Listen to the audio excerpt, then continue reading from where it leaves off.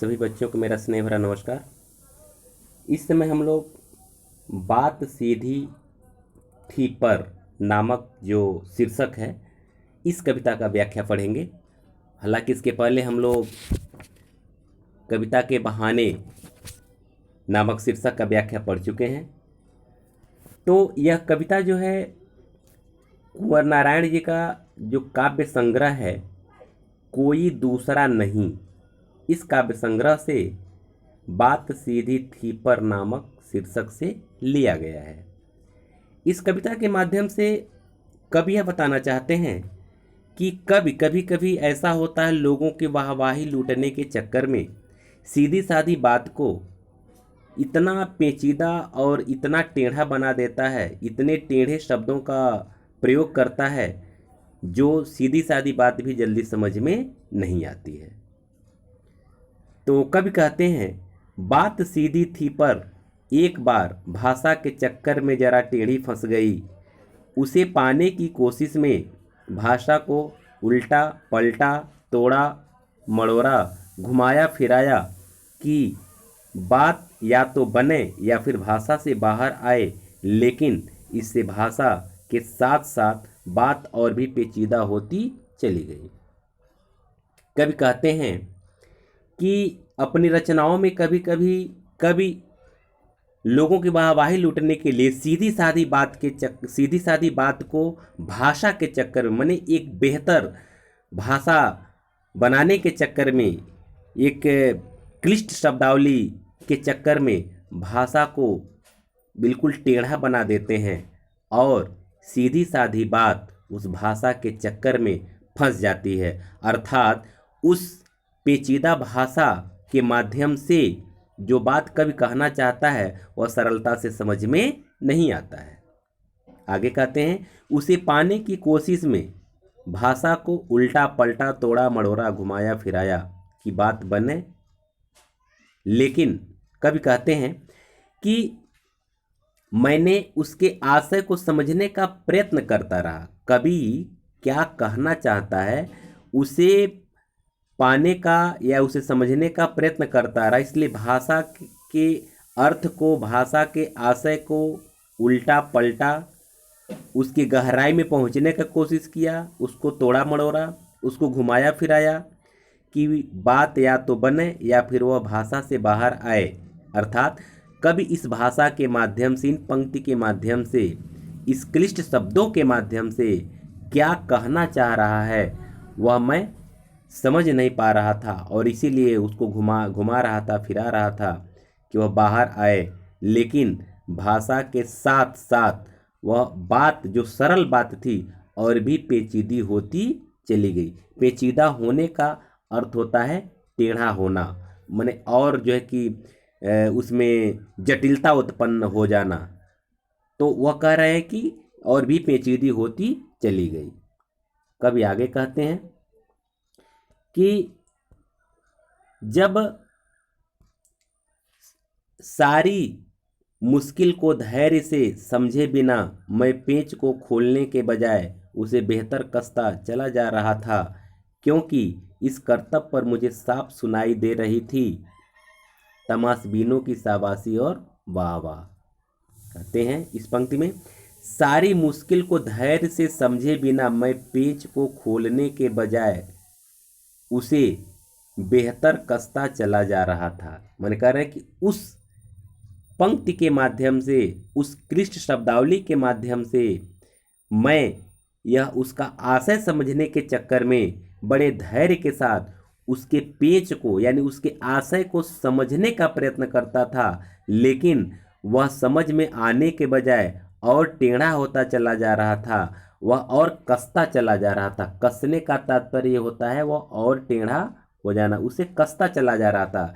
यानी कि मैं प्रयत्न कर रहा था कि उसके अर्थ को मैं समझूं, लेकिन वह समझ में आने के बजाय और पेचीदा होता चला जा रहा था। कभी आगे कहते हैं, क्योंकि इस करतब पर मुझे साफ सुनाई दे रही थी तमाशबीनों की शाबाशी और वाह वाह। कह रहे हैं कि पेचीदा भाषा के चक्कर में, क्लिष्ट शब्दावली के चक्कर में, ऐसी भाषा जो जन साधारण के संप्रेषण में नहीं है उस क्लिष्ट भाषा के चक्कर में कवि अपनी बात को घुमा फिरा करके कह रहा था और तमाशबीन जो थे उनकी शाबाशी और वाहवाही की आवाज़ सुनाई दे रही थी, लेकिन वास्तविकता ये थी कि उसका आशय आसानी से समझ में नहीं आ रहा था। कभी आगे कहते हैं, आखिर वही हुआ जिसका मुझे डर था, जोर जबरदस्ती से बात की चूड़ी मर गई और वह भाषा में बेकाबू घूमने लगी। कभी यह कह रहे हैं कि मैं प्रयत्न कर रहा था उसके आशय को समझने के लिए, अब मुझे डर लग रहा था कहीं ऐसा न हो कि इसका आशय मेरे समझ में न आए, लेकिन जिसका डर था आखिरकार वही हुआ। मैंने जोर जबरदस्ती के चक्कर में बात की चूड़ी मर गई, मेरे जोर जबरदस्ती के चक्कर में बात की चूड़ी क्या हो गई, मर गई। अर्थात मैं भाषा को बहुत ही गहराई में जा करके उसको ढूंढने का प्रयत्न किया, उसके आशय को समझने का प्रयत्न किया, लेकिन जितना ही मैं गहराई में उतरता चला गया उतना ही वह और भी पेचीदा होती चली गई और वह भाषा में बेकाबू घूमने लगी। यानी उस क्लिष्ट भाषा के चक्कर में वह सीधी और सरल बात जो है कि बेकाबू होकर के घूमने लगी, लेकिन वो समझ में नहीं आया। आगे कहते हैं, हार कर मैं उसे कील की तरह उसी जगह पर ठोंक दिया। कहने का तात्पर्य है कि जब मैं उसका आशय नहीं समझ पा रहा था, जब मैं उसके आशय को हमारे समझ से जब बाहर हो गई, तो मैं उसी जगह एक मजबूत कील की तरह से ठोंक दिया कि चलो अब लग रहा है कि इसका आशय मेरे समझ में नहीं आएगा। कभी आगे कहते हैं, ऊपर से ठीक ठाक पर अंदर से न तो उसमें कसाव था न ताकत। कह रहे हैं कि वह भाषा जो थी वह ऊपर से तो देखने में ठीक ठाक लगती थी उसमें, लेकिन अंदर से उसमें कोई कसाव नहीं था, उसमें कोई ताकत नहीं थी।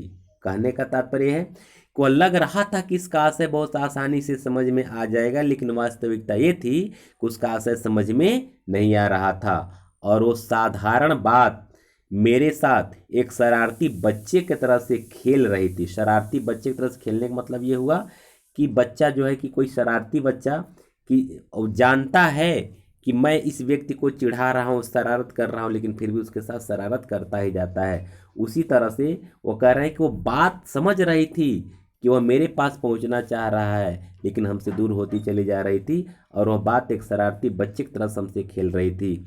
मुझे पसीना पोंछते देख कर पूछा, क्या तुमने भाषा को सहूलियत से बरतना कभी सीखा?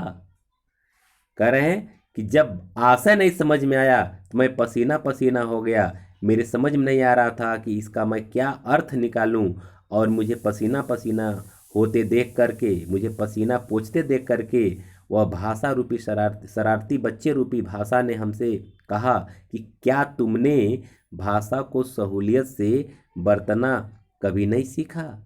अर्थात क्या तुमने भाषा को सरल ढंग से एक साधारण संप्रेषण के रूप में जनमानस में उतारने का क्या तुमने कभी कोशिश नहीं किया? क्या वह तात्पर्य तेरे समझ में नहीं आ रहा है? क्या तुम इस सीधी सादी भाषा को सरल ढंग से लोगों के जेहन में नहीं डाल सकते हो? और हमसे फिर बाद में एक शरारती बच्चे की तरह से वह इशारा करके बताया कि अब से दोबारा ऐसा मत करना, क्योंकि जो सीधी सादी भाषा है उसको सरल ढंग से ही व्यक्त करना। तो इस तरह से ये कविता का अर्थ हो जाएगा। अब इसके बाद काव्यगत सौंदर्य की बात मैं बता देना चाहता हूँ।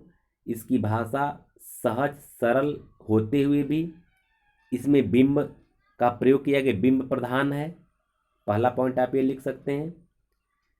इसमें जो बिंब का प्रयोग किया गया मैं बता देना चाहता हूँ कि पेंच को बेहतर कसने और बात की चूड़ी मर जाने में बिंब का प्रयोग किया गया है।